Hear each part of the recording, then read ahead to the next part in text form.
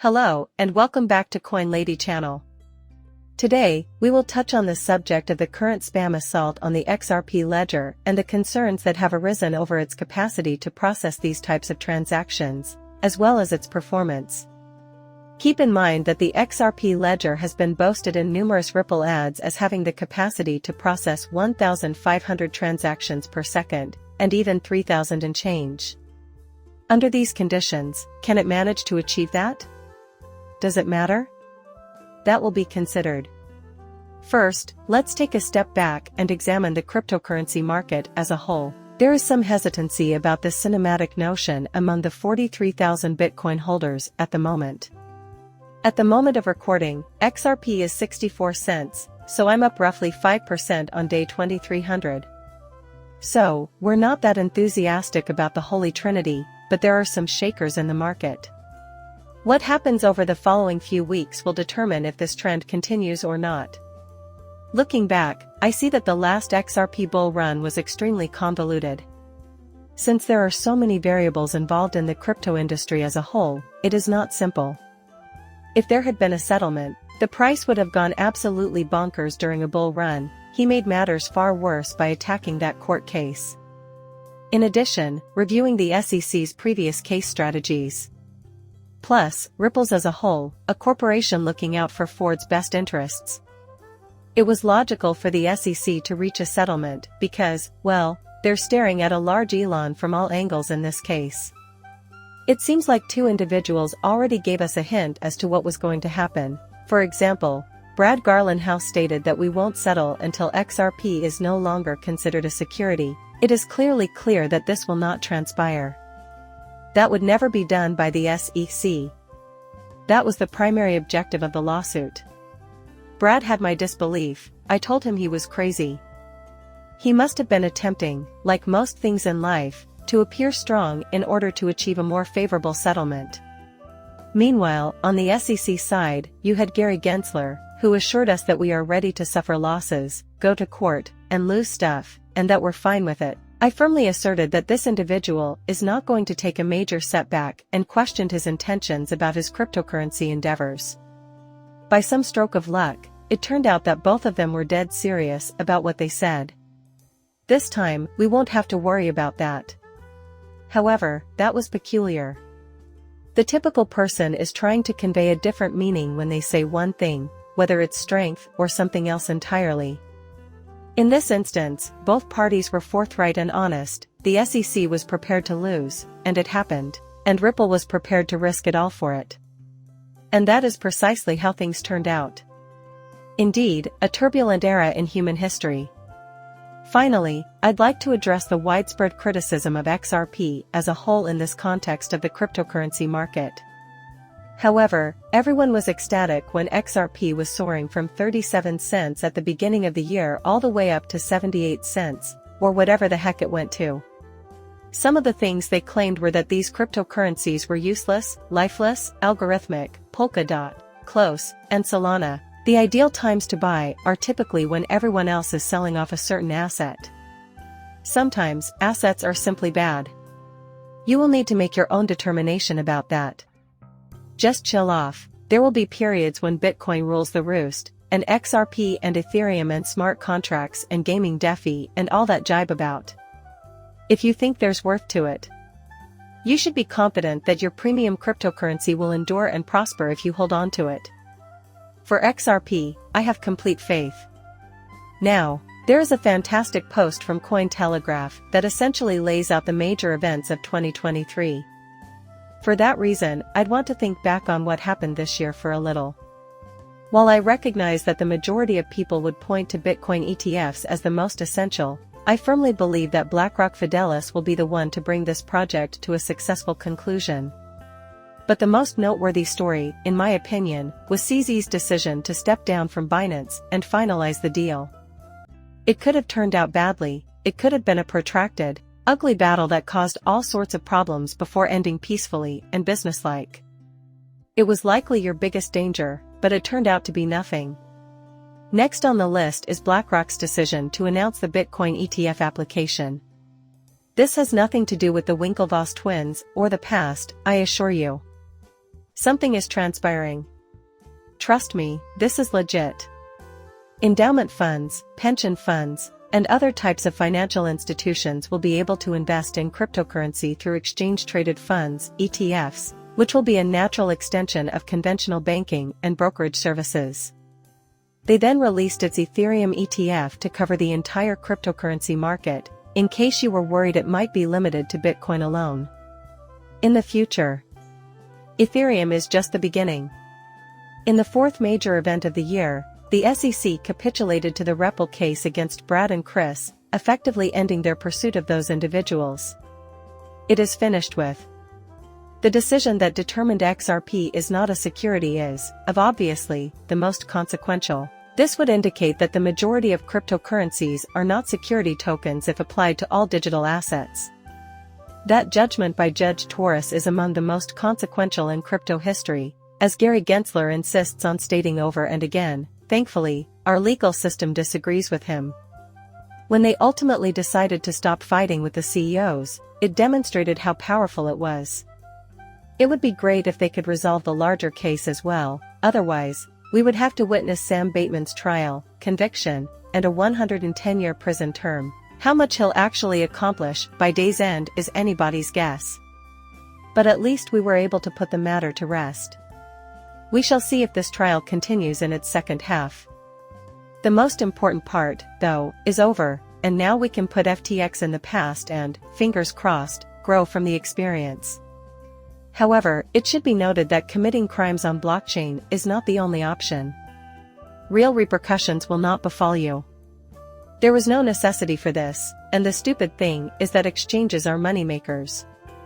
Additionally, he brought his own personal hell to that place. I feel terrible for the FTX investors and the entire cryptocurrency market because of the damage he caused. There were undoubtedly worthwhile endeavors and businesses that failed in part due to the chaos he sparked. Now let's move on to Coinbase's actual confrontation with the SEC. It has been a delightful surprise. They've always caved, they've shown up on every subject, as I mentioned previously. This time, they're not an SEC lackey. This is straight out of the Ripple playbook, they're putting up a strong fight. I hope they keep going until they reach a settlement that everyone can live with and the crypto space can go forward. Until then, they should keep doing what they're doing. We know we're doing what's right because of the Ripple case.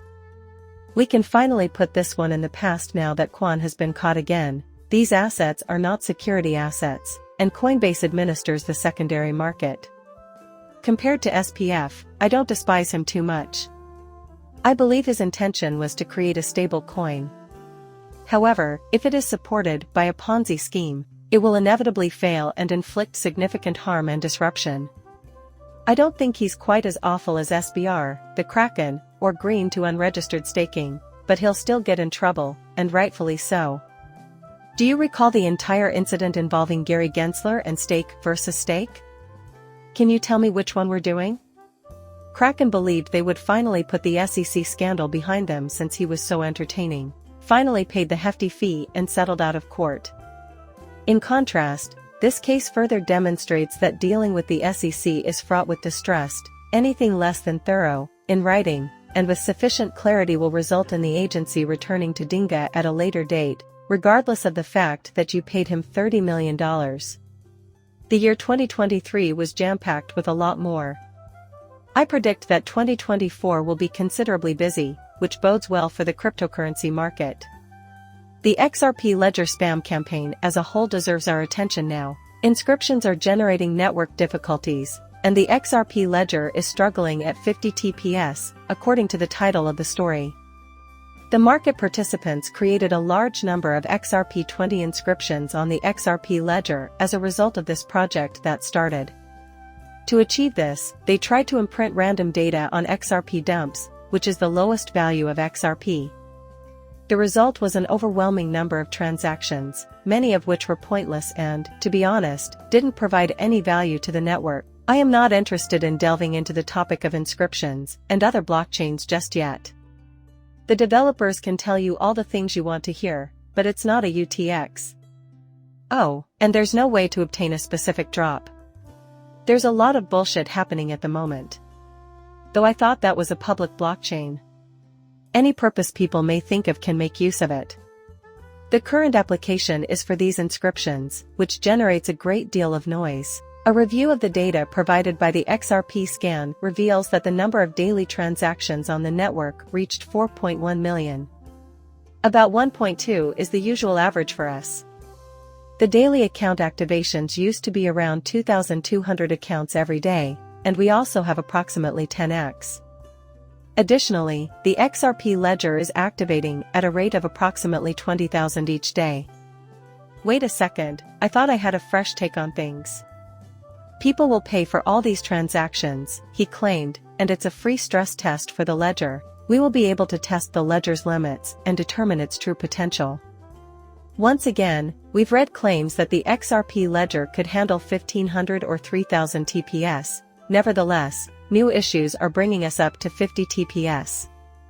Now we know that the network is having trouble processing transactions at a rate of 50 TPS because validators aren't working in tandem. Instead, one will validate a block while another catches up on the next block, clearly not how it should be working.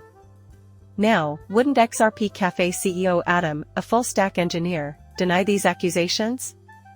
I don't see an issue with that. It's not a problem.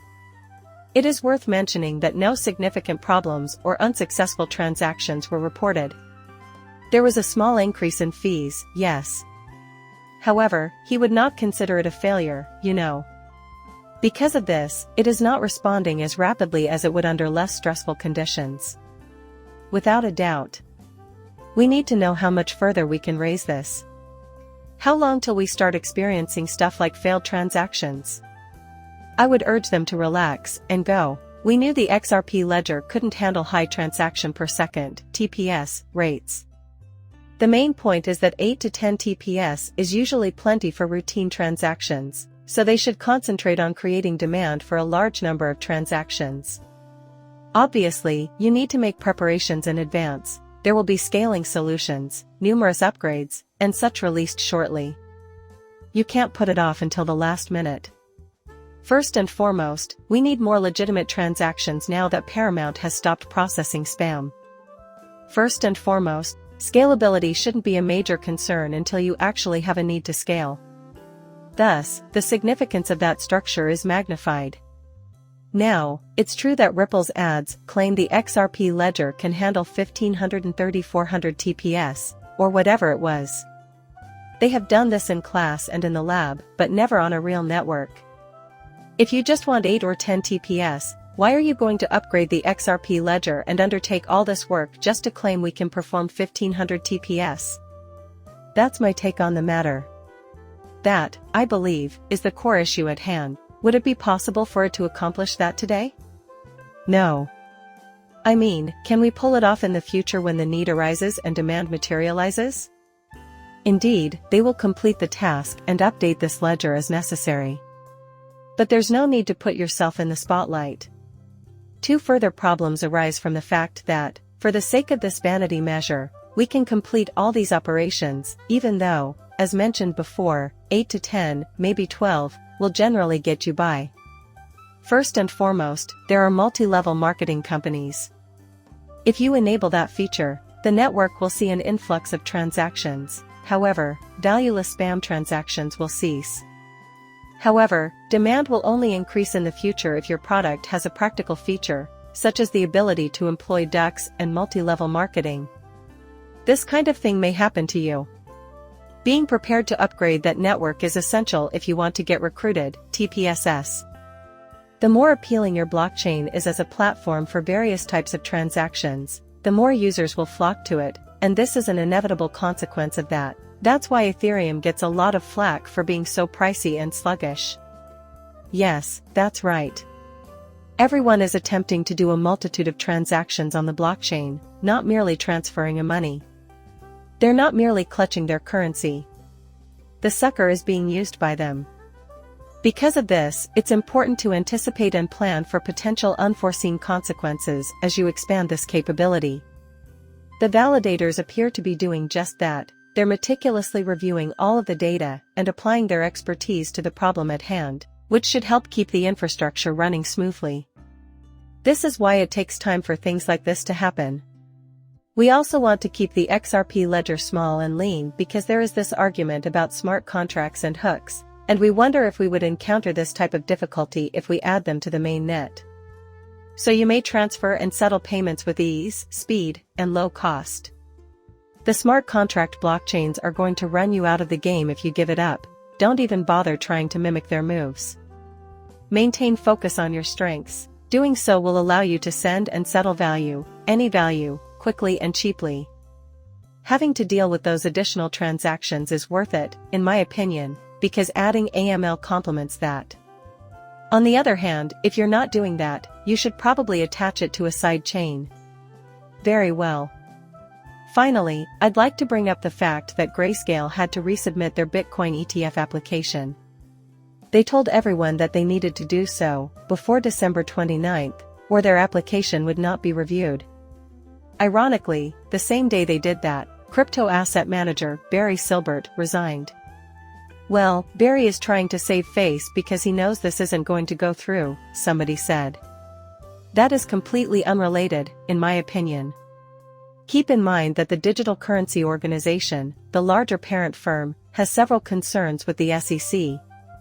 I could be completely mistaken, but I believe it has a better chance of passing if he removes himself from that entity and gets off the Grayscale board. Having personal baggage or recurrent problems with the SEC is something you should be aware of, though.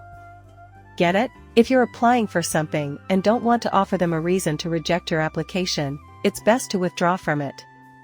It appears as though you should always warn folks. It appears that crypto ETFs are having their moment. In this case, though, we are placing our faith in the SEC to do what is right, honorable, and rational. There are always potential dangers involved. Post your comments below and tell me what you think. Please subscribe and like as always. See you soon, bye.